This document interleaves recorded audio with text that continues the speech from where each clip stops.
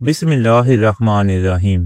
صحیح بخاری حدیث نمبر 134۔ ایک شخص نے آپ صلی اللہ علیہ وآلہ وسلم سے پوچھا کہ احرام باندھنے والے کو کیا پہننا چاہیے؟ آپ صلی اللہ علیہ وآلہ وسلم نے فرمایا کہ نہ قمیص پہنے، نہ ساپا باندھے اور نہ پاجامہ، اور نہ کوئی سر پوش اوڑھے، اور نہ کوئی زعفران اور ورس سے رنگا ہوا کپڑا پہنے، اور اگر جوتے نہ ملے تو موزے پہن لے اور انہیں اس طرح کاٹ دے کہ ٹفنوں سے نیچے ہو جائیں۔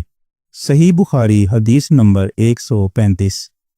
رسول اللہ صلی اللہ علیہ وآلہ وسلم نے فرمایا کہ جو شخص حدث کرے اس کی نماز قبول نہیں ہوتی جب تک کہ وہ دوبارہ وضو نہ کر لے۔